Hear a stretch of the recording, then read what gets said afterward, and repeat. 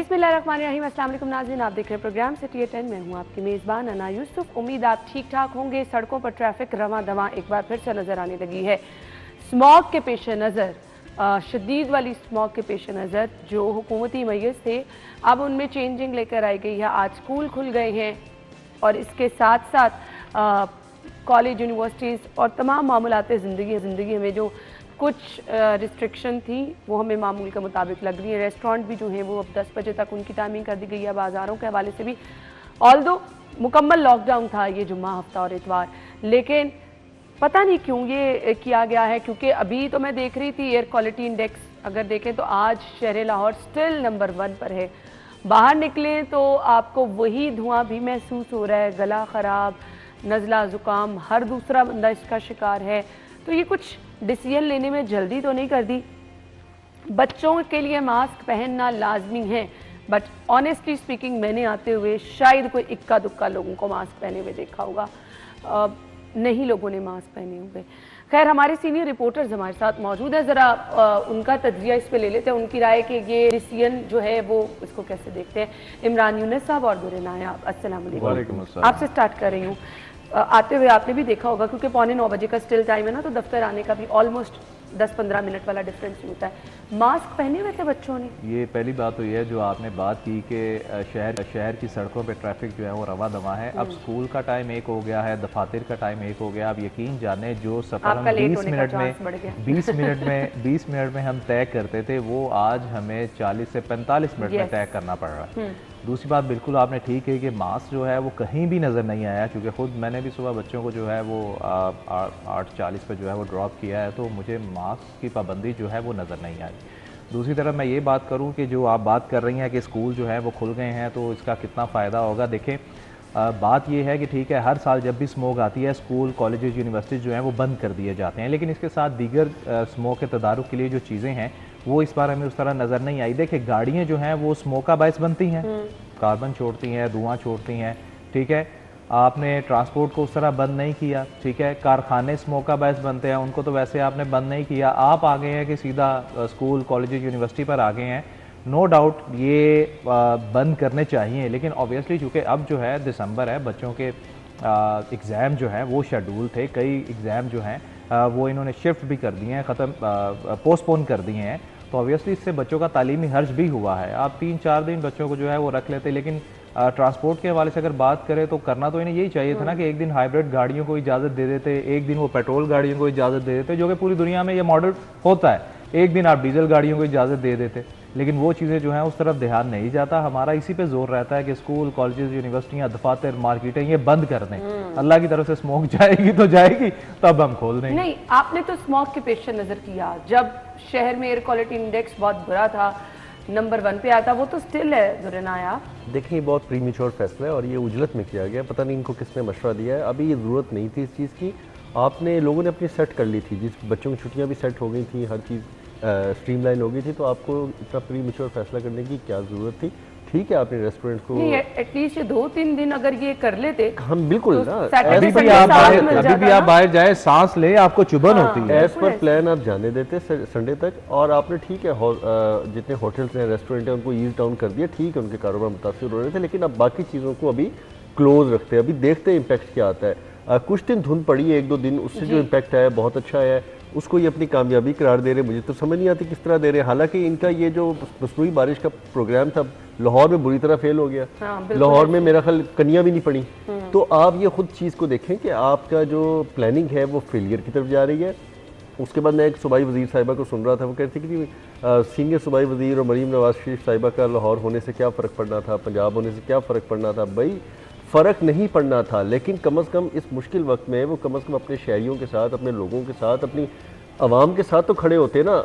हम जिस चीज़ से गुजर रहे थे, हम जिस सफोकेशन से गुजर रहे थे, जिस बीमारी से गुजर रहे थे, आप लोग सिर्फ मौजूद होते, कोई प्लानिंग कर रहे होते, कोई प्लानिंग कारामद ना होती, लेकिन हमें यह एहसास होता ना कि तमाम लोग यहाँ पे, और मतलब अल्लाह के माफ करें, मुंह से तो नहीं उन्होंने स्मोक खींचनी थी ना। हम ब्रेक के बाद आपको ज्वाइन करेंगे, स्टे विद अस।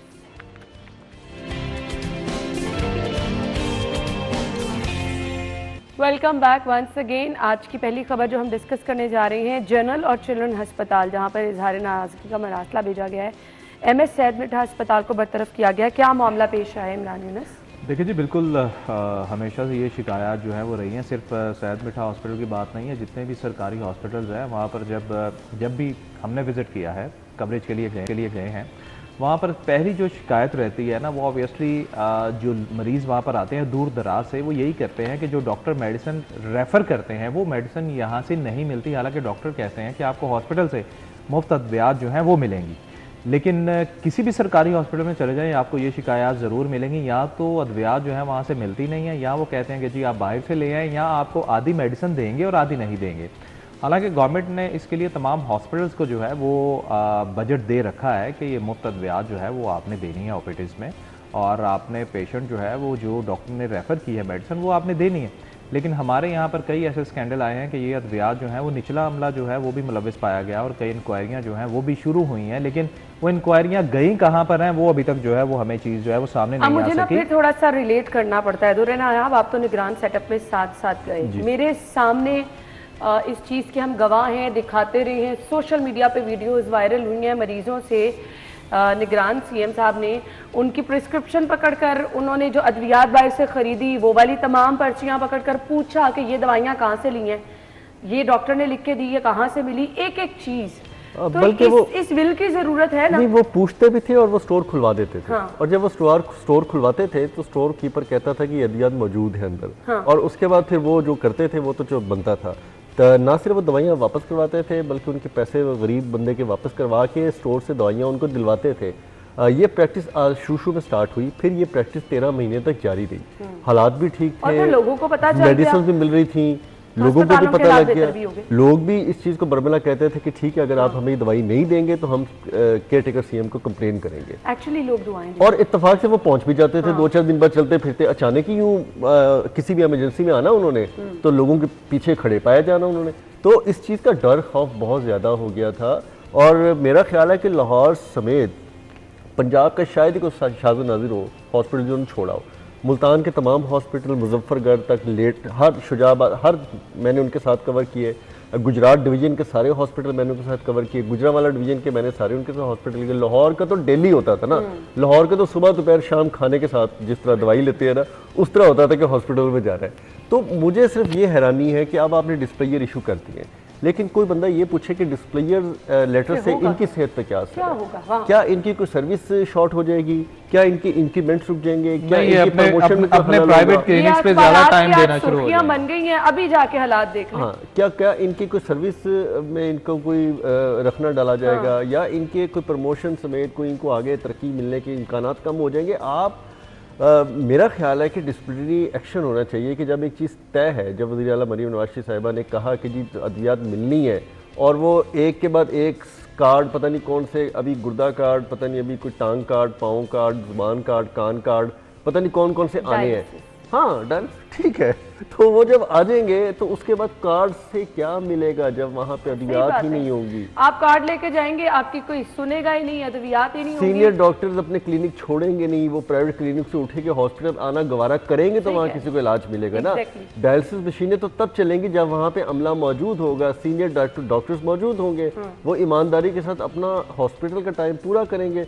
आपने पाबंदी लगाई जी कि प्राइवेट हॉस्पिटल जो है, प्राइवेट इंस्टीट्यूट में, प्राइवेट क्लिनिक्स पे कोई सीनियर डॉक्टर नहीं बैठेगा, एक भी आपने बंद करवा लिया है। एक भी खबर आपकी नज़रों से ऐसे गुजरी कि आपने छापे मारे और देखा जी कि प्राइवेट डॉक्टर्स ट्रीट कर रहे हैं प्राइवेट क्लिनिक में बैठ के आपके सरकारी बड़े बड़े सीनियर, उनके डॉक्टर्स लोगों के सारे क्लिनिक्स खुले हैं, तमाम सीनियर डॉक्टर, प्रोफेसर डॉक्टर जो है वो अपने अपने प्राइवेट क्लिनिक्स में बैठ रहे हैं, सरकारी बरात डबल ले रहे हैं, इंजॉय कर रहे हैं, लेकिन आप नहीं कर सकते।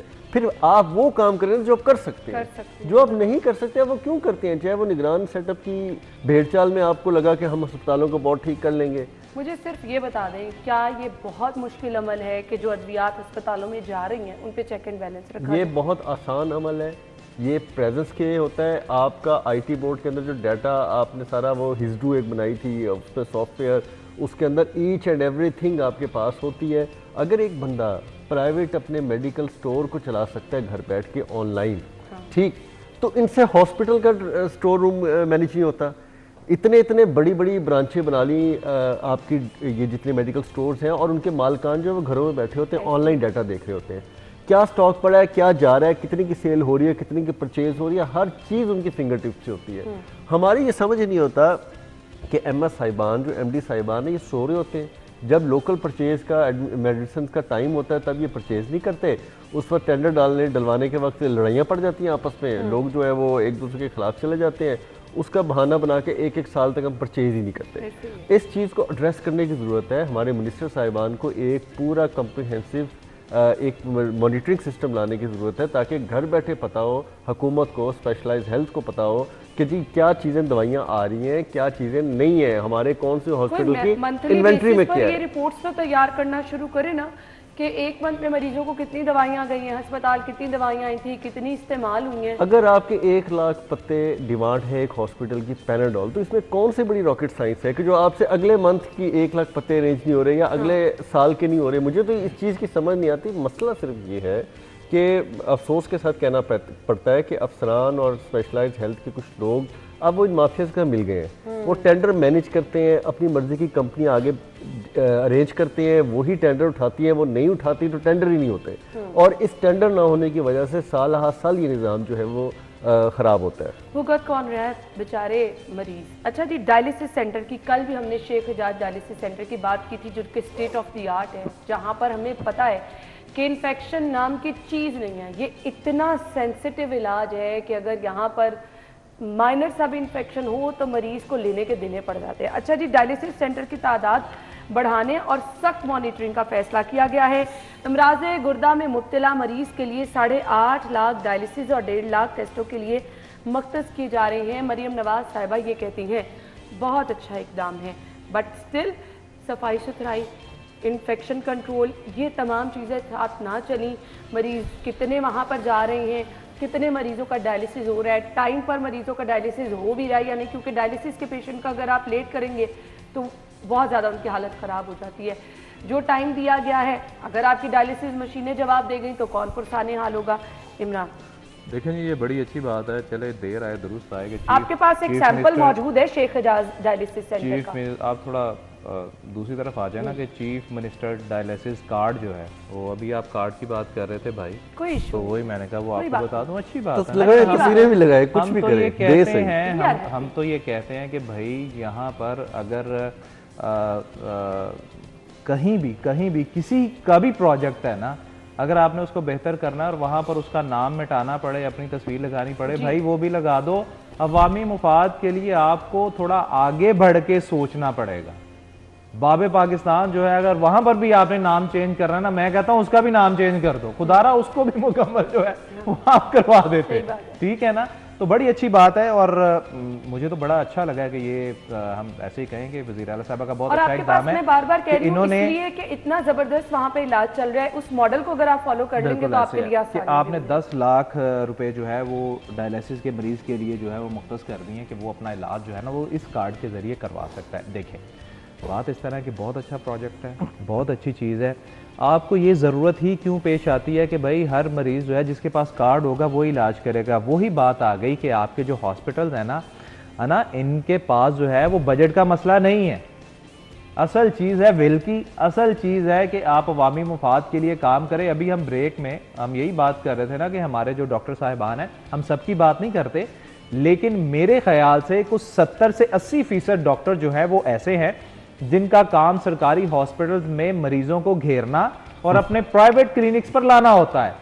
सिर्फ 10 से 15% डॉक्टर ऐसे होंगे जो वाकई वहाँ पर जो है बैठ के अवामी फलाह के लिए काम कर रहे होंगे। बाकियों का काम यही होता है कि ठीक है जी मेरी ड्यूटी 12 बजे ख़त्म हो रही है, 1 बजे ख़त्म हो रही है, आप मेरे ना क्लिनिक पर आ जाइएगा, ठीक है। बात यह है कि ठीक है, और ये सारी जिम्मेदारी इन डॉक्टरों की नहीं है। असल जिम्मेदारी कि आपका जो हेड पे ऊपर बैठा हुआ है ना, उसकी सोच क्या है। जिस तरह आप बात कर रही थी ना कि निगरान सेटअप में वज़ीर आला जो है, निगरान वज़ीर आला मोहसिन नकवी, आप यकीन जाने मुझे आज भी एक वाक़या याद है, शायद दुर्रे ने आपसे ये चीज़ डिस्कस हुई थी कि एक खातून जो है उसने हॉस्पिटल में कोई बात की तो हॉस्पिटल के अमले ने नहीं मानी वो बात, तो उसने कहा कोई बात नहीं, मैं मोहसिन नकवी को शिकायत कर दूँगी। मतलब उसे ये यकीन था कि ये बंदा किसी वक्त भी मिल जाएगा, कहीं भी मिल जाएगा।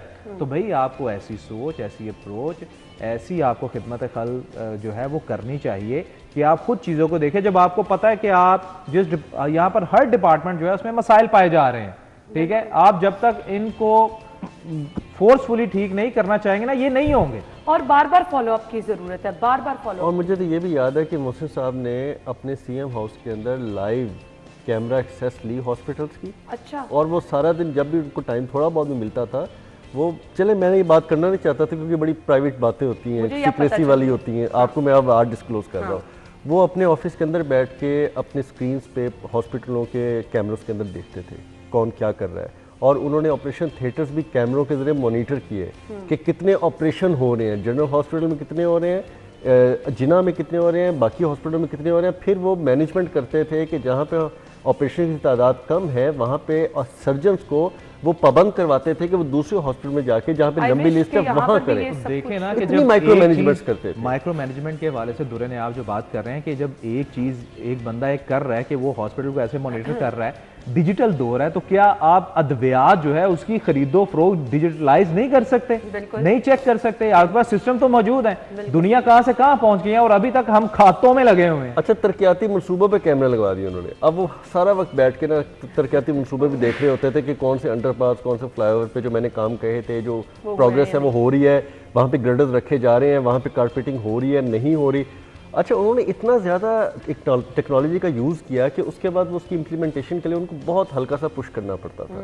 शुरू में बड़ा जोर लगाना पड़ा, लेकिन जब उन्होंने मॉनिटरिंग की तरफ तवज्जो दी है ना, अब इन्होंने लिखा ज़रूर है कि सख्त मॉनिटरिंग होगी, लेकिन सख्त मॉनिटरिंग का जो फैसला किया गया है, हमें भी बता देना कि वो सख्त मॉनिटरिंग कैसे होगी। बिल्कुल ऐसे ही। क्या उस पे मॉनिटरिंग, सीएम साहिबा वो कहते हैं कि अच्छा रोल मॉडल था, यही चीजें अगर क्या अस्पतालों में लिखा होगा यहाँ सख्त मॉनिटरिंग हो रही है, बस ठीक है, सीन हो रही है नहीं हो रही वो एक अलग बात है। बस सख्त मॉनिटरिंग लिख के आप कह देंगे यहाँ सख्त मॉनिटरिंग हो रही है, भाई कैसे हो रही है? कोई इम्प्लीमेंटेशन का अमल तो बताया ना। अब अगर ये ऑफर की जा रही है मरीजों के लिए तो इस पे इम्प्लीमेंट भी यकीनी बनाया जाए। वो सेहत कार्ड की तरह कहीं चल रहे हैं, कहीं नहीं चल रहे, मरीज बेचारे रुल रहे हैं, क्योंकि जिन पेशेंट को डायलिसिस की ज़रूरत होती है उनके पास पता नहीं कितना वक्त होता है, कितना नहीं, आगे बीमारी के साथ वो बहुत मुश्किल से गुजारा कर रहे होते हैं, और जब अस्पतालों के धक्के खाने पड़ते हैं तो मज़ीद परेशानी उनकी बढ़ जाती है। तो सीएम साहिबा से रिक्वेस्ट है कि प्लीज़ इस पर फॉलोअप भी ले और जाके अगर देख लेंगे कि किस तरह से काम हो रहा है तो मेरे ख्याल से फिर कुछ बेहतरी की उम्मीद ज़्यादा हो जाएगी। ब्रेक के बाद ज्वाइन करेंगे, स्टे विद अस।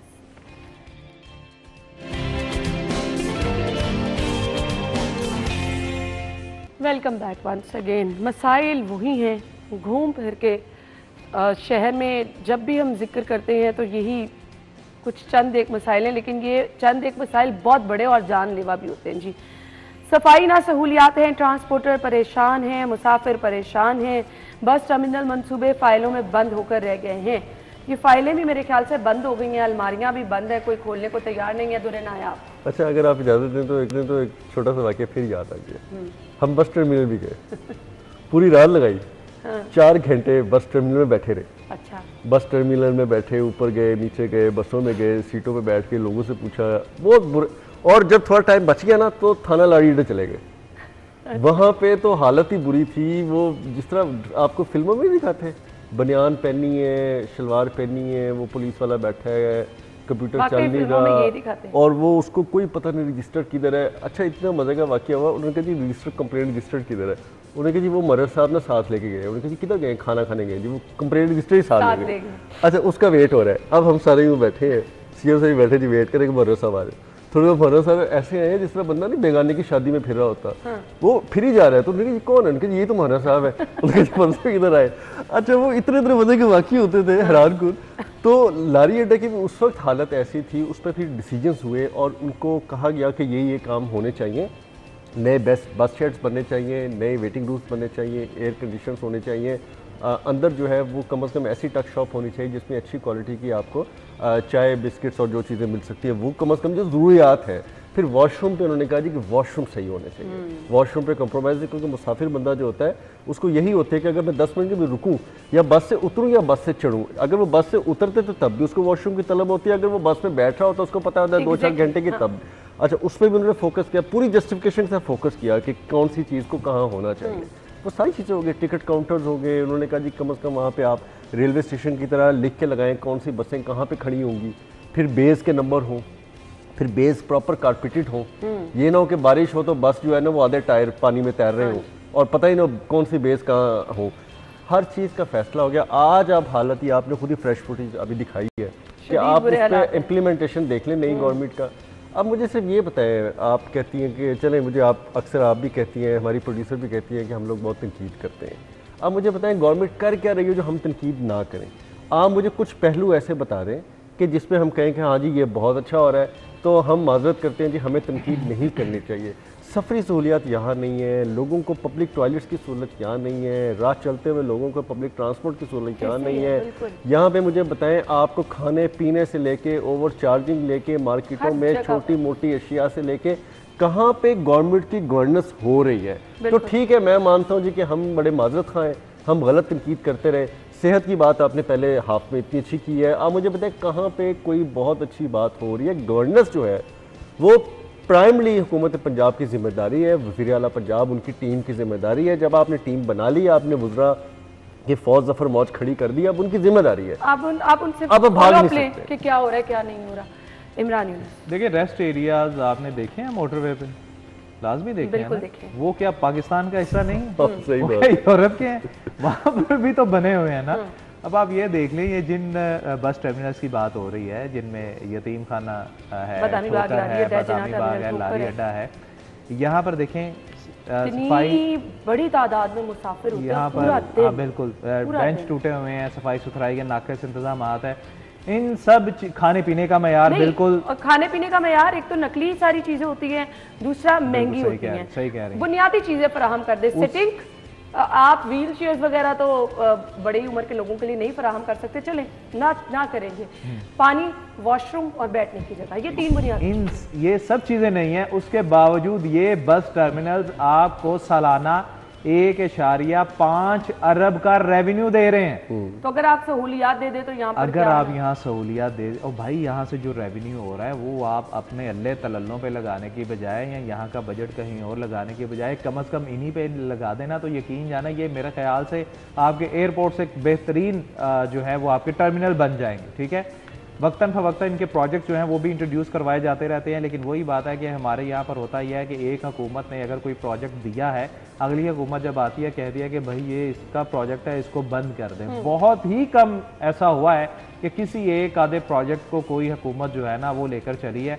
मुझे अभी भी याद है, मेरे ख्याल के मुताबिक तो अभी तक जो है ये एक बेनज़ीर इनकम सपोर्ट प्रोग्राम जो है सिर्फ वाहिद मेरे ख्याल के मुताबिक यही एक ऐसा प्रोजेक्ट था जिसको तहरीक इंसाफ की हुकूमत भी लेकर चली और अब की जो हुकूमत है वो भी लेकर चली है। इसके अलावा हर गवर्नमेंट जब भी आई है उसने पिछला प्रोजेक्ट ये देखे बगैर कि इसका कितना फ़ायदा हमारे माशरे को होगा, कितना फ़ायदा हमारी आवाम को होगा, कितना फ़ायदा हमारे मुल्क या हमारी मैशत को होगा, उसको बंद कर दिया जाता है और फिर अपना प्रोजेक्ट जो है वो इंट्रोड्यूस करवाया जाता है। ठीक है, और बल्कि इमरान मुझे तो वो भी याद है कि रेस्क्यू 112 में के लिए ज़कात के इश्तिहार दिए गए पीटीआई की गवर्नमेंट में कि इनको ज़कात दें, बजाय कि आप इनको फंड दें प्रायोरिटी पे, उनके लिए ज़कात के इश्तिहार जारी मुझे इस खबर को वाइंड अप करना है। ये डीसी साहब का सब्जेक्ट है, उन्होंने जाके विजिट जी बिल्कुल, ये कमिश्नर और डिप्टी कमिश्नर का सब्जेक्ट है और इसमें जो रेवेन्यू कलेक्शन का सब्जेक्ट है वो आरटीए का है, लेकिन ये जो काम टोटल उन्होंने करना है ये कमिश्नर डिप्टी कमिश्नर साहब की जिम्मेदारी है कि वो फैसला करें कि उन्होंने किससे ये काम कराना है। आया उन्होंने एमसीएल से करवाना है, एलडीए से कराना है, किस अथॉरिटी से कराना है। डिप्टी कमिश्नर को छोड़ें, सबसे ऊपर तो वजीर आला की जिम्मेदारी बनती है। वजीर आला के बाद आपके पास मिनिस्टर्स हैं, मिनिस्टर की जिम्मेदारी है, फिर सेक्रेटरीज है, फिर डीजीज है, फौज है आपके पास। जिस तरह दुर्रे न्याव ने बात की कि आपके पास एक फौज है, और भाई उससे काम करवाएं आप। कहाँ है उनके दिमाग, उनके दिमाग कहाँ है? हम यहाँ बैठे ये बातें कर रहे हैं तो क्या उनके दिमाग में बातें नहीं आएंगी? पता नहीं अब ये क्या होगा, किस तरह से हालात बेहतर होंगे, अल्लाह ही जानता है। कमर्शियल और सनती बिजली सार्फिन से धोखा, खुफिया ओवर बिलिंग का इंकशाफ हुआ है। कभी ओवर बिलिंग, कभी स्टिल बिजली चोरी हो रही है, पता नहीं क्या क्या किया जा रहा है। इंटेलिजेंस टीमें चेकिंग करेंगी। इमरान देखिए, मैं यकीन जाने कसम से, अगर अल्लाह ताला ने, तो और कोई काम ही नहीं है ऑनेस्टली, अल्लाह ताला ने किसी मुसलमान पे, किसी इंसान पे दूसरे इंसान का कत्ल जो है वो अगर मैं कहता हूँ कि गुनाह ना करार दिया होता ना, तो यकीन जाने मेरे बस में होता ना तो मैं ये वागदा वालों को मार देता। कितनी जेबें हैं जो भारी नहीं भरी नहीं जा रही हैं। मैं एक छोटी सी मिसाल आपको यहाँ देता हूँ, फिर वही बात आ गई कि जो हम बात करेंगे वो फिर इस गवर्नमेंट को बुरी लगती है। निगरान दौरे हुकूमत में आपके 90 के 95 करोड़ के यूनिट गायब हुए। उसी निगरान गवर्नमेंट ने वो सारे यूनिट पूरे किए और उसका जो इजाफी बिलिंग जो आवाम को हुई थी वो वापस दिलाई, जीरो पे आ गए, ठीक है। उसके बाद फिर हमने, ये 3 हफ्तों पुरानी बात है, आई थिंक 2 या 3 हफ्तों पुरानी बात है, इसी प्रोग्राम में हमने बैठ के डिस्कस किया था कि 60 करोड़ यूनिट फिर गायब हो गए। 60 करोड़ यूनिट फिर गायब हो गए, मतलब वो उसी रास्ते पे फिर चल पड़े। अच्छा, ये बात हो रही है कि जी खुफिया ओवर बिलिंग का इंकशाफ हो रहा है। भैया खुफिया ओवर बिलिंग नहीं करते, ये तो धड़ल्ले से करते हैं।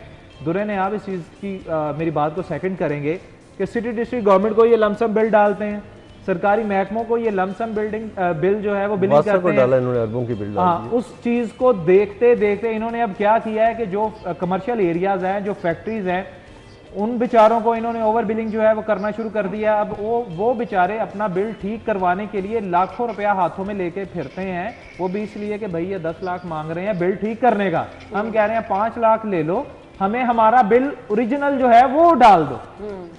वो देखा देखी अब इन्होंने क्या किया कि जो सार्फिन है, जिस बेचारे का 200 यूनिट चलता है, उसकी बिलिंग भी लेट करना शुरू कर दी है ताकि उसको भी ज्यादा बिल, एक दिन आप रीडिंग लेट कर दें तो आपको ज्यादा जो है वो ओवर बिलिंग जो है वो हो जाती है। उस चीज़ को छोड़ें, असल चीज़ ये है कि बिजली चोरी, अभी तक आपको पता है कि लेस्को में बिजली चोरी अभी तक नहीं रुक पाई और ना ये रुक सकती है। आप जितने मर्जी लोगों को ओहदों से हटा दें, जितने मर्जी इनके ऊपर FIR करवा दें, ये एक माफिया बन चुके हैं। और जब तक गवर्नमेंट इस चीज को नहीं देखेगी,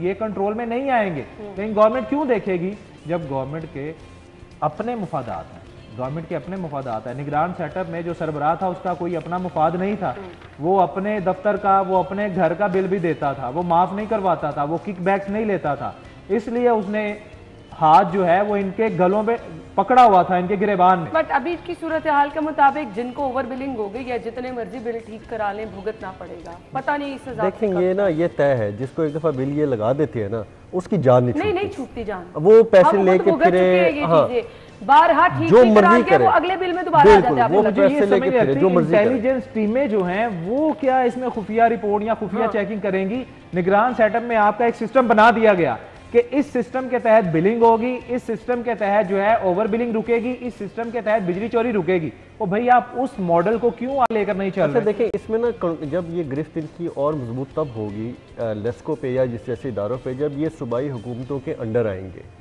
अभी जब ये वफाक के अंडर बैठे हैं ना, इनकी गिरफ्त आप गर्दन पे आने डाल सकते। ये प्रपोजल एक दफा दिया गया था कि जी आप इन लेस्को है, फेस्को है, जो भी है, इनको सूबाई हुकूमतों के अंडर करें, इनका चेक एंड बैलेंस, इनकी जांच पड़ताल, इनकी तरक्कियां, सजाएं, जजाएं, इनका सारा फैसले हो सके और उसमें जिम्मेदार सूबाई हुकूमतें हों, तो ये जितनी इलेक्ट्रिक सप्लाई कंपनियां ये काबू में आ सकती हैं। लेकिन इसको डेफर कर दिया गया। मुझे तो लगता है अब ये पंजाब हुकूमत के क्या है, पंजाब हुकूमत मैक्सिमम क्या कर लेगी, एक दो पर्चे दे देगी किसी ना किसी के करवा के लेस्को के अफसरान पर, उनको किसी का भारी नहीं है। वो FIA के मुकदमात को भुगत के इतने चौड़े होके बैठे हैं कि उनको कोई परेशानी नहीं है। वो अंदर रह के 6 महीने अंदर गए, फिर बाहर आ गए, वो मजीद फिर आके दोबारा कलफ वाला सूट पहन के बैठ जाते हैं। आदी हो गए हैं आपके हल्के में, आपके इलाकों में MP से ज्यादा असर रूप तो लाइनमैन का है। सही कह रहे हैं, बिल्कुल मैं तो हैरान हूँ, मतलब कि आप प्रैक्टिकली देखें कि वो इतने अब बिग साइज के हो चुके हैं कि उनको उनके साइज में लाना नामुमकिन हो चुका है। और डर नाम की तो चीज ही नहीं है, बिल्कुल भी नहीं है। खैर, ब्रेक की तरफ चलते हैं, ब्रेक के बाद ज्वाइन करेंगे। स्टे विद अस।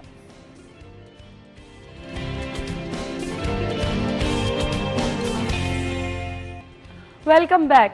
पहली खबर ये थी कि अस्पतालों के हालात बुरे हैं, फिर बस टर्मिनल के हालात बुरे हैं, फिर बिजली सार्फिन के साथ क्या हो रहा है, अब जो बच्चे तालीम हासिल कर रहे हैं उनके साथ क्या हो रहा है। सर पकड़ने को दिल कर रहा है कि बंदा करे तो क्या करे। अच्छा जी, नहम दहम बोर्ड का इम्तिहान देना ख्वाब बन गया। जिन्होंने प्राइवेट, मतलब सरकारी स्कूलों के हालात क्या हैं आपके सामने हैं। पूरा साल कभी कोई मसला, कभी कोई मसला, कभी कोई मसला। जब बच्चे जाते हैं वहाँ पे सहूलियात नहीं हैं। अब अगर कोई प्राइवेट, बहुत सारे लोग, बहुत सारे बच्चे ऐसे हैं किसी वजूहात की बिना पर स्कूल नहीं जा सकते हैं, या बहुत सारी वजूहात हो जाती हैं, प्राइवेट बच्चे जो पेपर दे देते हैं 50% तक फीसें। देखें जी, पहली ये आसानियाँ तालीम के लिए पैदा कर रहे हैं। फीसें तो आप तब बढ़ाएं ना जब आपकी रिपोर्ट जो है वो ये आए कि सूबे के तमाम सरकारी स्कूल जो हैं उनका रिज़ल्ट जो है वो 90% बेहतर रहा है। आप सूरत हाल तो ये है कि आपके यहाँ पर 45% स्कूल ऐसे हैं जिनका रिज़ल्ट आया ही 0 है, ये आपकी अपनी रिपोर्ट है। और तरजीहात कहने को आपकी सेहत, तालीम और पता नहीं क्या और क्या। जुनैद की ये जो खबर है जिसमें ये बयान किया गया है कि 50% फीसों में इजाफा किया गया है, कई फीसें ऐसी हैं जिनमें 100% इजाफा जो है वो किया गया है, डबल इजाफा जो है वो भी किया गया है, क्योंकि मुख्तलिफ फीसें जो है वो होती हैं प्राइवेट उम्मीदवार के लिए, जिसमें सप्ली की भी होती है, रजिस्ट्रेशन की भी होती है, स्पोर्ट्स कोटे की भी होती है, मुख्तलिफ फीसें होती हैं।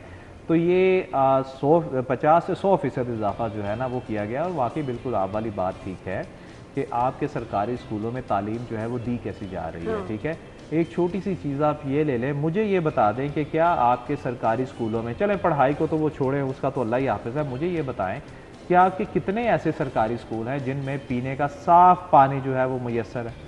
अल्लाह अल्लाह करके अगर कोई वाटर फिल्ट्रेशन प्लांट लगा के भी दे रहा है तो वो NGOs हैं, और NGOs भी वो हैं, मुखैर हज़रात हैं, और NGOs भी वो हैं जो आधे पैसे लगाती हैं, आधे पैसे वो खुद रखती हैं। क्यों? क्योंकि उन्हें बाहर से फंडिंग हो रही होती है। ये चीज़ तो आया है। ठीक है, अब हुकूमत की तरफ आ जाए कि हुकूमत क्या कर रही है। ना आप सेहत व सफाई की वहाँ पर सूरत हाल बेहतर है, ना वहाँ पर जनाब तालीम की सहूलत बेहतर है, ना वहाँ पर वॉशरूम जो है वो बेहतर है, ना वहाँ पर क्लासरूम में बैठने की ऑप्शन प्राइवेट पेपर देना रह जाती है। एक क्लास में आपके पास 50 से 60 की स्ट्रेंथ है। ठीक है, और टीचर भी एक है जिसने सुबह से लेके दोपहर तक एक ही टीचर ने जो है वो पढ़ाना। 5 मिनट है दुनिया, अब आपका कमेंट। अच्छा, वहाँ इतना देसी माहौल होता है कि जिस तरह मैं इमरान दोनों टीचर, और मैं इमरान को, इमरान मैं आज नहीं आ रहा यार, तू मेरी क्लास पे ले ली। ठीक है, अच्छा। इमरान कल कहे तो मेरी क्लास पे ले ली, और आधे टीचर ये बाहमी दोस्ती की बिना पे ना गैर हाजिर हो जाते हैं। बच्चे रो रहे होते हैं, बच्चे इंजॉय कर रहे होते हैं, कोई बाहर फिर रहा होता है, कोई कैंटीनों में फिर रहा होता है, कोई बाहर जो।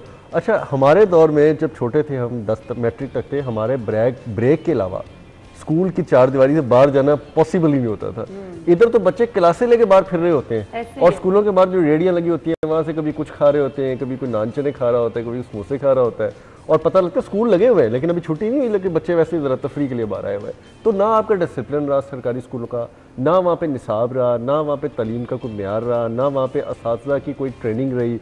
असातिज़ा वही दकियानूसी, मैं 2000 में जो मैट्रिक में पढ़ रहे थे तब की वो उनकी ट्रेनिंग है, उसी माइंड सेट से वो चल रहे हैं। और यहाँ पे आपकी तो टीचर्स प्राइवेट स्कूलों के, अच्छे स्कूलों के, जिनकी लाखों लाखों फीसें हैं, उनके वो टैब पे मुंतकिल हो गए हैं, इंटरनेशनल स्टडी, इंटरनेशनल करिकुलम के साथ हो गए हैं, तो हम लोग वही बैठे हुए वहीं के वहीं हैं। तो फिर आपका रिजल्ट क्या आएगा? यही आएगा। रहेगी बात जो बच्चे तालीम हासिल करने के ख्वाहिशमंद हैं, उनका तो आप गला खुद ब खुद घोंट रहे हैं। ये फीसों में डबल इजाफा करके लोगों के अंदर इतनी सकत नहीं है, भारी बिल भी दें, महंगे इलाज भी कराएं, और भी भारी भरकम फीसें भी दें। खुदारा रहम करे, यही कह सकती। बहुत बहुत शुक्रिया आप लोगों के वक्त के लिए। ब्रेक और हेडलाइंस फिर आएंगे। शो में स्टे विद अस।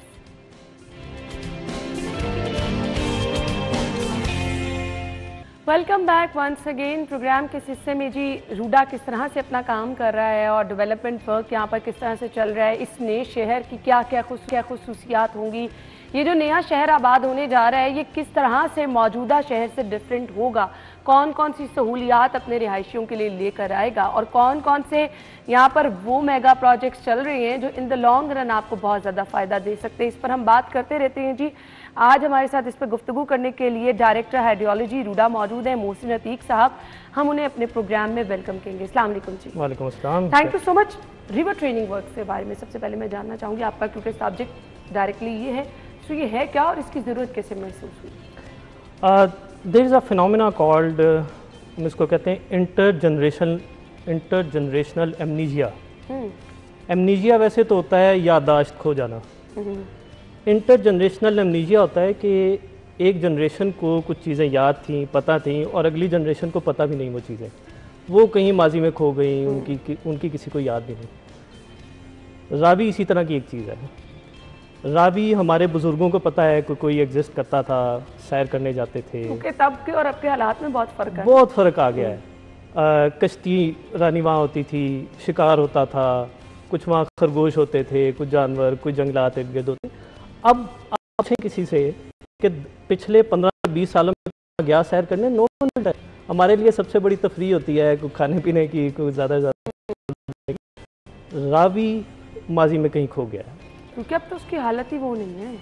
आप मोटरवे पे जाएं और सगियां पे जाएं, राइट लेफ्ट रिवर को देखें तो रेत के टीले आपको ज़्यादा नजर आएंगे, दरिया छोटा सा एक नजर आएगा, 100-200 मीटर में चलता हुआ, पानी नजर आएगा जहाँ और ज़्यादा गंदा पानी, गदला डार्क ब्लैकिश पानी आपको नजर आएगा। सो रिवर ट्रेनिंग वर्क्स का मेन मकसद ये था कि दरिया जो सुकड़ गया है इसको फैलाया जाए, बहाल कैसे करना है, फैला के इसको बहाल किया जाए, इसकी एक डेप्थ मेंटेन की जाए ताकि इसमें फिशरीज हों, ताकि तो बड़ा शहर आ डीप सके। सब्जेक्ट हुआ फिर। इसी के साथ साथ इसमें सैलाब को भी हमने, क्योंकि फिर वही बात कि हमारी पिछली जनरेशन्स को तो पता है कि हर 30, 40, 50 साल बाद इसमें फ्लड आते हैं। हमारी जनरेशन जिसकी अभी एज 30, 40, 50 नहीं हुई, दे डोंट नो कि इसमें ऐसे फ्लड्स आते हैं। 1955-88 में मेगा फ्लड्स आए जिसने शादरा को भी हिट किया, लाहौर को भी हिट किया। इन फ्लड्स को कंट्रोल करना बहुत ज़रूरी है। और अब जैसे जैसे आबादी बढ़ी, दरिया के भी, दरिया का भी रास्ता इंक्रोच होता जा रहा है, सो ये सैलाब का बचाव बहुत ज़रूरी। इसी के साथ साथ आपने कहा कि जैसे दरिया का पानी गंदा होता जा रहा है, उसमें डिज़ोल्व ऑक्सीजन, हम एक टर्म यूज़ करते हैं, डिज़ोल्व ऑक्सीजन कितनी है जो कि फ़िश को सपोर्ट करती है। तो अभी आप अगर जाल भी डालें मोटरवे पे लट से खड़े होकर गुना, तो मरी हुई मछली आपके पास आएगी। ऊपर से मछली आती है, इसमें इतना है ही बेचारों की जिंदगियां उसमें क्या होनी है, इस पानी में सांस ही नहीं ले सकते, ना सांस ले सकती हैं, ना उसके इर्द गिर्द पौधे वगैरह हैं जहाँ से खुराक उनको मिलती है, हैबिटेट कोई नहीं है। सो ये तमाम चीज़ें हम रिवाइव कर रहे हैं। अगर मैं इसको समराइज़ करूँ तो सैलाब से बचाव के तमाम काम, इसमें जो दरिया खुश्क हो गया उसका फैलाव अभी तकरीबन 200 मीटर में ये बहता है, 100 से 200 मीटर के दरमियान। इसको हम तकरीबन 1000 मीटर पे वाइड कर रहे हैं, 5 गुना इसकी हम विड्थ इंक्रीज़ कर रहे हैं। सो रिवर को हम एक इसको हम कहते हैं राइट देना, राइट ऑफ वे देना, तो हम इसका एक राइट ऑफ वे बढ़ा रहे हैं। हम अपने घर चाहते हैं खुले हो, दरिया भी हम उसी तरह खुला कर रहे हैं ताकि उसमें मछलियों की अफजाइश और इस तरह हैबिटेट्स पैदा हों। इसके साथ साथ दरिया के पानी का गदलापन, उसके में डिज़ोल्व ऑक्सीजन इंप्रूव करना और लोगों को मौका देना कि वो दरिया पे आएँ, सैर व तफरी करें, इसको एंजॉय कर सकें। के मुताबिक यहाँ पर तफरी के लिए पॉइंट भी बहुत ज़बरदस्त बन रहा है, बहुत ज़्यादा। Through out the length 46 kilometre इसकी लेंथ है, तो 46 kilometre through out the length इसमें हम तफरी के मौके पैदा करेंगे ताकि लोग आएँ, देखें, एंजॉय करें। कश्तियाँ दोबारा रिवर साइड भी देखने में आएगी, इंशाल्लाह आएगी। ये जल्दी आप देखेंगे, हमारे कुछ पैकेजेस इंशाल्लाह तैयार हो रहे हैं and you will see in the near future. सही। तो मुझे ये बता देंगे तो बड़ी अच्छी चीज़ ऐड करें, क्योंकि इस तरह के तफरीही मकाम की ज़रूरत है, लेकिन इसके फॉलो अप के लिए इस पे किस तरह से आपने, जो हम आबी हयात की बात कर रहे हैं, उनकी ज़िंदगी के लिए क्या क्या चीज़ें करनी है, वो ऑब्वियसली सब चीज़ें भी आपकी प्लानिंग का हिस्सा होंगी, तो किस तरह से ये सब चीज़ें प्लान की जा रही हैं? शुरू से हमने इसका एक पूरा मास्टर प्लान डेवलप किया, जिसके बाद हमने इसको कई छोटे प्रोजेक्ट्स में डिवाइड करके हम एग्जीक्यूट कर रहे हैं। इस वक्त हमारे 3 प्रोजेक्ट्स एक्टिव हैं, चौथा जस्ट स्टार्ट हुआ है, अपने स्टार्टिंग फेज़ में है। इंशाल्लाह 2 प्रोजेक्ट्स आप विद इन अ ईयर नए लॉन्च होते देखेंगे। जैसे ही हमारे ये बनते जाते हैं, हम उनकी निचली सतह जो कि पानी के अंदर होगी, रिवर ट्रेनिंग वर्क्स जो इस वक्त मिट्टी और पत्थर के पुश्ते हैं प्राइमरीली, उसमें आप देखेंगे कि जो निचली सतह है जो पानी के अंदर डूबी रहेगी, एक झील बन के, झील की सूरत इख्तियार करके वो डूबी रहेगी। वहाँ पे हम मछलियों, कछुओं और दूसरी आबी हयात की बका के लिए हम छोटे छोटे पॉइंट्स इसमें डेवलप करेंगे। These are called habitats. ठीक है। जिस तरह हमारे घर होते हैं, इसी तरह उनको एक ख़ास कंडीशन चाहिए होती है जिसमें वो पलते हैं, अपनी खुराक लेते हैं। सो इस तरह के हैबिटेट्स हम डेवलप करेंगे और ये इंसानों के लिए हम इंसान थोड़ा ऊपर एंजॉय करेंगे, जानवरों के लिए निचली जगह होंगी जहाँ पे वो इंटरेक्शन ना हो and they will survive on their own. सही। सो एक हमारा बहुत बड़ा मसला है, बल्कि मसला क्या, हमें खौफ आ रहा है उस टाइम से कि जब हम ये कहेंगे पानी नायाब हो गया, क्योंकि ज़ेरे ज़मीन पानी की सतह इतनी कम होती चली जा रही है कि उसके लिए हमें कोई प्लानिंग भी ऐसी नज़र नहीं आ रही है। तो इस नए शहर में किस तरह से इस मसले को देखा जा रहा है? एक चीज़ बहुत ज़रूरी है समझना कि लाहौर का ज़ेरे ज़मीन पानी नायाब क्यों होता जा रहा है, इसकी सतह नीचे क्यों जाती जा रही है। देखिए, ज़ाहिर है एक बैलेंस था किसी वक्त नेचर में कि दरिया हमारा कॉन्स्टेंटली बहता था और उससे पानी रिचार्ज होता था। आपका बारिशों का पानी सेफ होता बारिशों का पानी, अब उसका कोई प्रॉपर लेकिन दरिया का जो परसेंटेज है सीपेज का वो ज़्यादा है, बिकॉज वो तो हर वक्त बह रहा है। जी बिल्कुल, साल के 365 दिन बह रहा है। बारिश के दिन हमारे तकरीबन 20-22 दिन हैं जिनमें बारिश होती है, तो दरिया कॉन्स्टेंटली बह रहा है, उसका रिचार्ज ज़्यादा था। जब दरिया सूख गया और ये फिनोमेना शुरू हुआ तकरीबन 2001 में, जब इंडिया ने अपना एक डैम ऑपरेटिव किया और पानी 90% अब इंडिया में रह जाता है और हमारे पास बहुत थोड़ा पानी आता है, तो दरिया के सूखने से रिचार्ज भी कम हो गया। आबादी तो हमारी बढ़ ही है, साथ साथ हमारा एक्सट्रैक्शन रेट बढ़ा है, उस तरफ हमें रिचार्ज भी इंक्रीज़ करना चाहिए था। अब हम जब इसको डेवलप कर रहे हैं, मैंने आपको बताया कि हम इसका विड्थ भी इंक्रीज़ कर रहे हैं, which means the contact between river and land वो हमारा इंक्रीज़ हो रहा है, ठीक है, 5 गुना इंक्रीज़ हो रहा है। फिर हम डेप्थ भी इंक्रीज़ कर रहे हैं। अब इस डेप्थ का एक प्रेशर है और कॉन्टैक्ट की वजह से इन दोनों के फैक्टर्स की वजह से रिचार्ज इंक्रीज़ होगा। और हमने पूरी स्टडी कराई है, इसको मॉडल करके देखा है कि हमारा ये तकरीबन 4 से 5 मिलियन लोगों के लिए, हम जब ये अपनी लेक्स डेवलप कर लेते हैं, 4 से 5 मिलियन लोगों की पानी की ज़रूरत को तो सिर्फ यही रिचार्ज हमारा पूरा करता है। तो हमें इस चीज़ का बहुत कंसर्न है कि आने वाली जनरेशन्स को पानी के क्या मसाइल आने वाले हैं और हमने अभी से कैसे हल करना है। तो सबसे बड़ा तो ये पॉइंट्स है। इसके अलावा भी हम एक पूरी इंशाल्लाह पॉलिसी ला रहे हैं, वाटर पॉलिसी, कि हमने कैसे इसको अब जो हमारा वेस्ट वाटर भी जनरेट हो रहा है कैसे सर्कुलेट करना है, कहाँ कहाँ हमने उसकी एक्सट्रैक्शन को भी करना है, इस्तेमाल बनाना है। एग्जैक्टली। तो एक पूरा हमारा प्लान कि हम इसको हम कहते हैं अर्बन वाटर सिक्योरिटी, कि वाटर सिक्योर रहे अगली जनरेशन के लिए। एक और मेरा क्वेश्चन है, यहाँ जहाँ कहीं हमारे शहर में पानी आ भी रहा है ना, आप टैप वाटर पीने के काबिल नहीं है। सो इस चीज़ को इंश्योर करना कि कम से कम जो टैप वाटर है वो साफ़ सुथरा हो।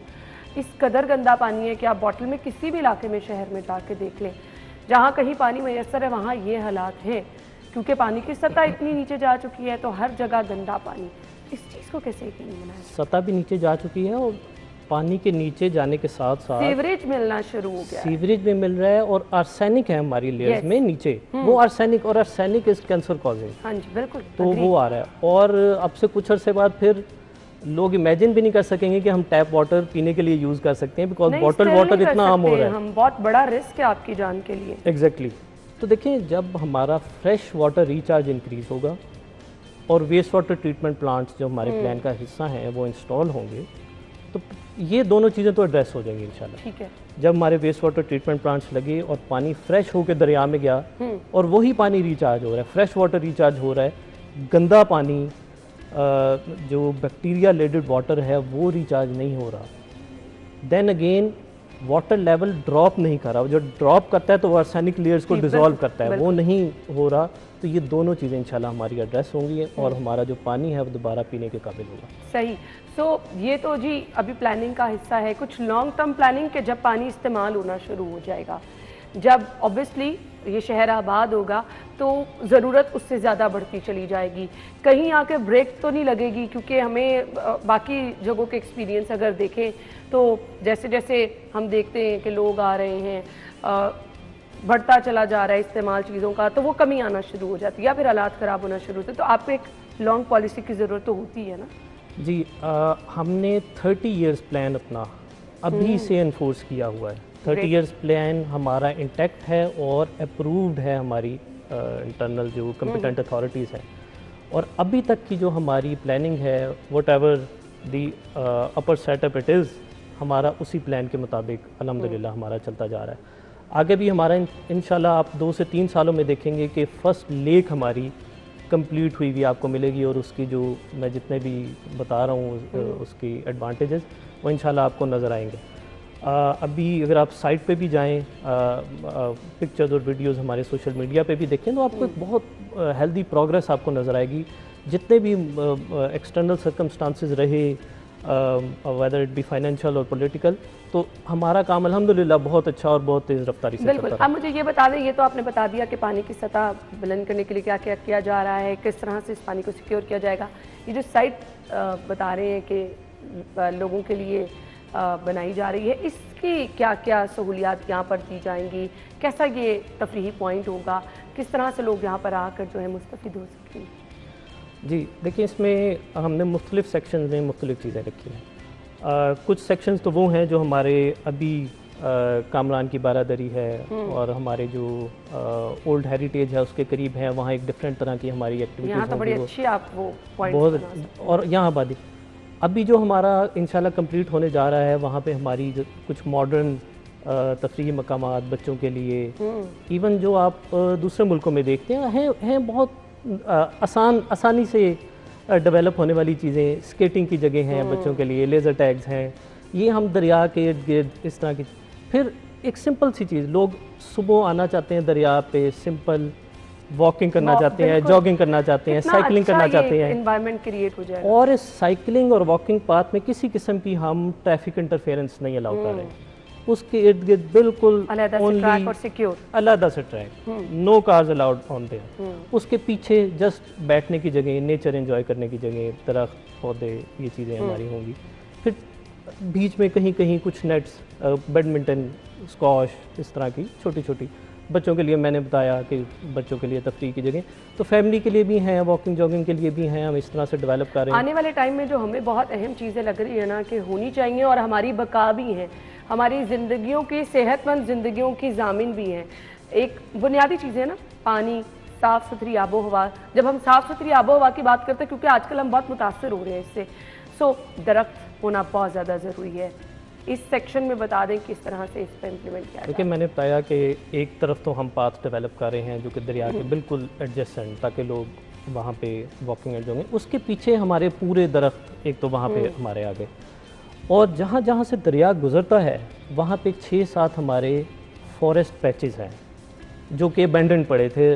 रूडा ने उनको भी बहाल करने का शुरू की, जिसमें सबसे पहले हमने झोंक फॉरेस्ट को किया है, जो कि हमारे 46 किलोमीटर नीचे हमारा आता है और रिवर। वहाँ पे तो हम बहुत ही ज़्यादा नेचर को प्रमोट कर रहे हैं। इवन ये सारी चीज़ें हम इन अ नेचुरल वे, किसी किस्म की कोई कंस्ट्रक्शन के बगैर हम उसको, लोगों का इंटरेक्शन हो। झोंक फॉरेस्ट पूरा भरा हुआ हो हमारा दरख्तों से, लोग अगर आना चाहें उसी के किनारे बैठें, एंजॉय करें और उसको। तो ये 6-7 फॉरेस्ट पैचेस हैं जो हमारे हंड्रेड्स ऑफ एकर्स पे एरिया बनता है, इन पे हमारा फॉरेस्ट लगेंगे, and that will be healthy percentage of the overall city. जो इंटरनेशनल स्टैंडर्ड्स हैं कि मिनिमम होना चाहिए, अराउंड 15% कहते हैं कि आपके शहर का 15% जंगलात या दरख्त पौधे होने चाहिए। हम इससे एक्सीड कर रहे हैं। इंशाल्लाह 19 to 20% हम पूरे शहर में ग्रीन एरिया डेवलप करेंगे। चलें जी, दैट्स रियली ग्रेट। यानी हम ये कह सकते हैं जिन मसाइल का हमें सामना करना पड़ रहा है इस नए शहर में, उनकी प्लानिंग स्टार्ट से की जा रही है ताकि आगे चल के मुश्किलात ना हो, ये धुएँ वाली आबो हवा ना हो, ये गंदा पानी ना हो। सो आसानी होती जाएगी, आपकी ज़िंदगी बड़ी आसान हो जाएगी जब इस तरह से आपको जो बुनियादी सहूलियात है ना वो आसानी से मिलना शुरू हो जाएंगी। कुछ पॉइंट्स ऐसे मिलेंगे कि आपको साफ़ जगह पर तफरीही मकाम मिल जाएगा। तो इससे ज़्यादा और क्या है? ये प्लानिंग कितनी देर की है, कितनी देर में मुकम्मल हो जाएगी? फिर मुझे वाइंड अप की तरफ जाना। मैंने जैसे बताया, टोटल हमारी 30 इयर्स का प्लान लॉक है, बट जो रिवर ट्रेनिंग है इंशाल्लाह आपको 3 साल में, मरहलावार कंप्लीट, 3 साल में इंशाल्लाह आपको first lake with the amenities जो मैं बात कर रहा हूँ इसके इर्द गिर्द इंशाल्लाह 3 सालों में ज़रूर मिलेगी। अभी भी हम जो एक पैकेज है कंस्ट्रक्शन इंशाल्लाह दिसंबर में कंप्लीट कर रहे हैं, नेक्स्ट इंशाल्लाह मार्च। फिर एक और उसके ऑपोजिट जो हमारा चल रहा है वो विद इन हमारा 6 to 8 मंथ्स, उससे नेक्स्ट हमारा शुरू हुआ है, वो 1.5 to 2 ईयर्स हमारा कंप्लीट होगा। फर्दर हमारे उसके बाद 2 पैकेजेस अंडर कंस्ट्रक्शन आ जाएंगे। दैट्स रियली ग्रेट, क्योंकि बड़ा अमेजिंग काम चल रहा है और हम इसको जहाँ पर अप्रिशिएट कर रहे हैं वहाँ पर देखने के लिए बेताब भी है। Thank you so much and good luck. बहुत बहुत शुक्रिया आपके वक्त के लिए। ब्रेक के बाद हम आपको ज्वाइन करेंगे। स्टे विद अस।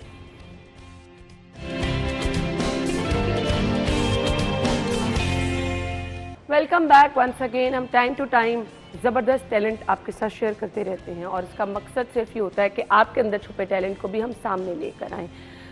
बहुत सारे ऐसे लोग जिनकी ज़बरदस्त कामयाबी की स्टोरीज़ होती है, वो आपके साथ शेयर करने का मकसद क्या होता है?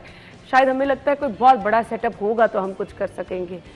बिल्कुल ज़ीरो से स्टार्ट करना, अपने अंदर छुपे टैलेंट को खुद ब खुद उभारना, लेकर आना, और उसको आप खुद ही बस मेहनत करते चले जा रहे हैं और अपने टैलेंट को सामने लेकर आए, बड़ा ज़रूरी है अगर आप इस पर फोकस करें तो। लाइबा अयूब हमारे साथ आज की मेहमान मौजूद है जो कि पेंटर हैं, उन्हें वेलकम करेंगे। अस्सलाम वालेकुम। वालेकुम अस्सलाम। Thank you so much. बहुत ज़बरदस्त काम है आपका, स्क्रीन पर हम दिखा भी रहे हैं। मुझे बताएं कैसे पता चला कि आपकी उंगलियों में बड़ा कुछ स्पेशल अल्लाह ताला ने रखा है? जब मैं इंटर कर रही थी तो मेरी एक कज़न थी, उसने मुझे इनवाइट किया कि मेरे कुछ असाइनमेंट्स हैं वो कर दो। मैं ऐसे ही घर में बैठ के ना पोर्ट्रेट्स मैंने बनाने शुरू कर दिए बगैर किसी बात के, खुद ही से। तो उसने वो देखा, उसने मुझे कहा, वो टेक्सटाइल डिज़ाइनर बन रही थी, तो उसने मुझसे अपनी असाइनमेंट्स करवाई। जब मैंने वो की तो मुझे रियलाइज़ हुआ कि मैं इतना अच्छा काम कर रही हूँ कि एक वक्त आया कि उसने कहा तुम अब डिज़ाइंस करो, मैं ट्रेसिंग करती हूँ। तो मुझे डिज़ाइनिंग पे ले आई। तब मुझे रियलाइज़ हुआ कि ये मेरे अंदर स्किल्स हैं और मुझे इसको आगे फिर फर्दर स्टडीज़ में भी लेके जाना चाहिए। फिर किसी से प्रॉपर ट्रेनिंग ली इसकी? नहीं, बिल्कुल भी इसकी प्रॉपर ट्रेनिंग नहीं ली। इंटर कंप्लीट होने के बाद मैंने ग्रेजुएशन की और बस वहीं से ही हमने फिर प्रॉपर इसको लेके चले। ठीक है, फिर प्रॉपर सब्जेक्ट के तौर पे आपने किया। इसको ठीक हो गया। सो इतना ज़बरदस्त काम करने के लिए बचपन में भी क्या कभी कोई ड्राइंग्स वगैरह अच्छी बनाती थी? करती थी। जब 6th-7th स्टैंडर्ड में थी तो यही जो ड्राइंग का हमारा सब्जेक्ट होता है उसकी असाइनमेंट्स करती थी खुद ही। मतलब जो भी एक प्रॉपर मेरा एक छोटा सा स्टूडियो था मिनी सा, तो उसके ऊपर मैं काम करती थी। कभी वॉल आर्ट कर लिया, कुछ भी जो भी मटेरियल मिला। नॉर्मली ऐसा होता है जब आप ये वाला सब्जेक्ट सेलेक्ट करते हैं ना तो पेरेंट्स नहीं मानते हैं, वो कहते हैं यार इसमें क्या पढ़ा है, कोई अच्छी प्रॉपर वो स्टडी होनी चाहिए, आप डॉक्टर बनो, टीचर बनो, something like this. So family ने सपोर्ट किया? फैमिली ने सपोर्ट किया। मेरे फादर चाहते थे कि मैं डॉक्टर की फील्ड में जाऊं और MBBS करूं, बट ये पॉसिबल नहीं था क्योंकि मैंने ICS रख लिया था। पर ये था कि जो फैमिली मेम्बर्स से रिलेटिव्स थे उनकी तरफ से बहुत हुआ कि नहीं, ये नहीं चीज़ नहीं करनी चाहिए, गलत है, ये हराम है, इस टाइप के मुझे मिले थे। पर मेरे पेरेंट्स ने मुझे बहुत सपोर्ट किया। अच्छा जी, अब मुझे ये बता दें कि प्रॉपर टाइमिंग कितनी देती हैं और कैसे इतना निखार पैदा आया? मतलब क्या रूटीन में पेंटिंग करते हैं? रूटीन में नहीं, ऐसा होता है कि कोई माइंड में थीम आए उस पर फिर हम वर्किंग करते हैं। लेकिन मुझे आपकी तमाम पेंटिंग्स ख़वातीन के इर्द गिर्द घूमती लग रही हैं और उनका एक वो वाला इम्पैक्ट नज़र आ रहा है कि थोड़ी सी कुछ सख्ती उन पर नज़र आ रही है। सो क्या सोच के बनाती है? जब मैंने अपना थीसिस करना था तब मुझे एक टॉपिक चूज़ करना था, तो मैंने कहा ऐसा टॉपिक चूज़ करते हैं जो हमारे माशरे में बहुत ज़्यादा है और इस पर लोग अक्सर बात भी नहीं करते, पसंद भी नहीं करते और इसको इतना वैल्यू भी नहीं देते। तो मैंने ये टॉपिक चूज़ किया जो कि वुमेंस के ऊपर था, फेमिनिज़म के ऊपर था, और फिर मैंने इसी के ऊपर अपना थीसिस आगे कंटिन्यू किया। हमें हर दूसरे घर में कहानियाँ मिलती हैं औरत के ऊपर जो मेंटली वायलेंस होता है, जो कि नज़र नहीं आता पर एक्चुअल में हमारी फीलिंग्स में एग्जिस्ट करता है। क्या सोच रही होती हैं जब एक पेंटिंग बना रही होती हैं?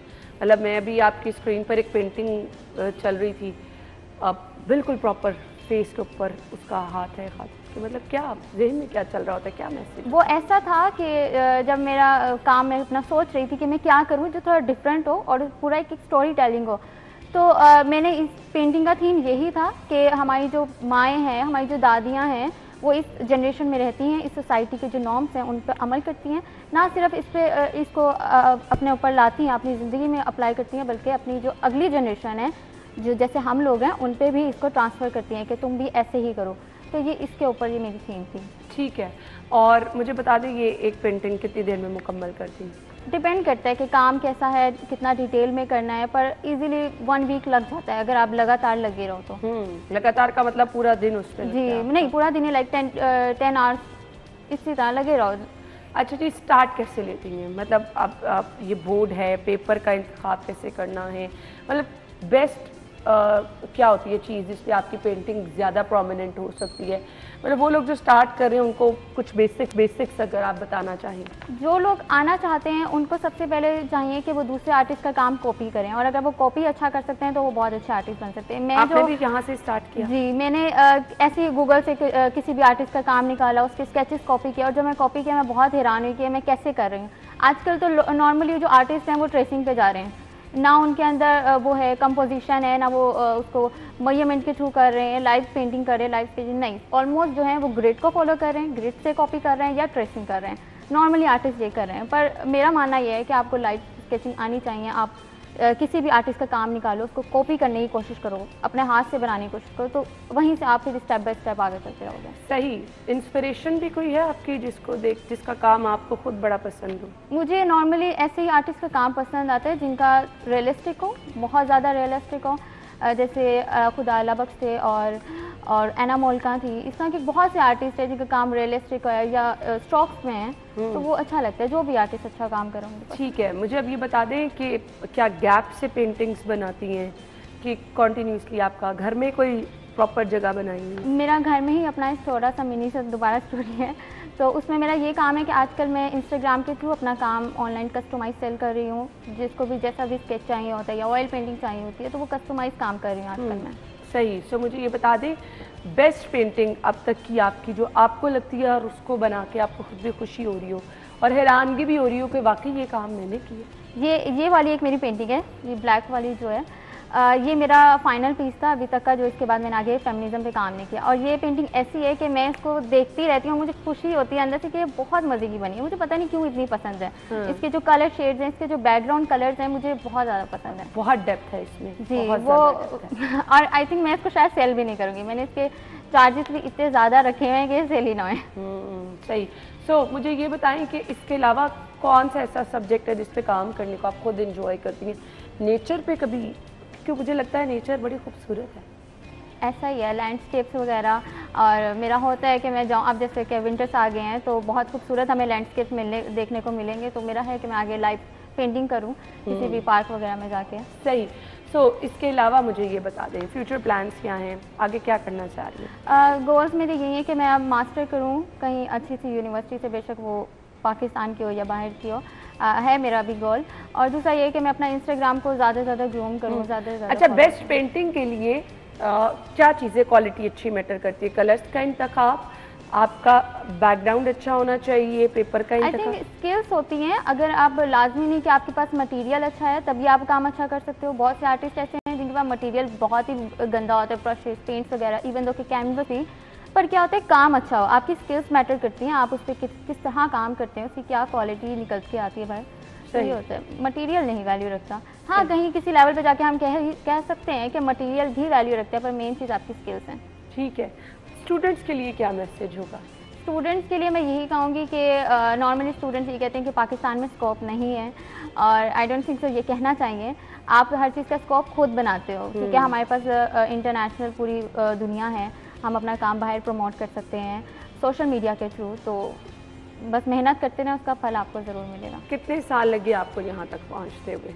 ऑलमोस्ट अगर मैं ग्रेजुएशन की बात करूँ तो अभी 6 ईयर्स हो गए हैं कि मेरा काम यहाँ तक पहुँचा है, और अभी ये चल ही रहा है। ठीक है। फीडबैक कैसा आता है लोगों से? फीडबैक बहुत अच्छा आता है। जो नॉर्मल जो आवाम जो बाई करती है, स्केचेस, कस्टमाइज स्केचेस बनवाती हैं, वो बहुत अच्छा फीडबैक देती हैं। और जो इंटरनेशनली मेरी पेंटिंग्स गई हैं, उनकी तरफ से बहुत अच्छा रिस्पांस आता है कि हम अपने ये जो आपकी पेंटिंग की थीम है वो अपने बच्चों को दिखाते हैं।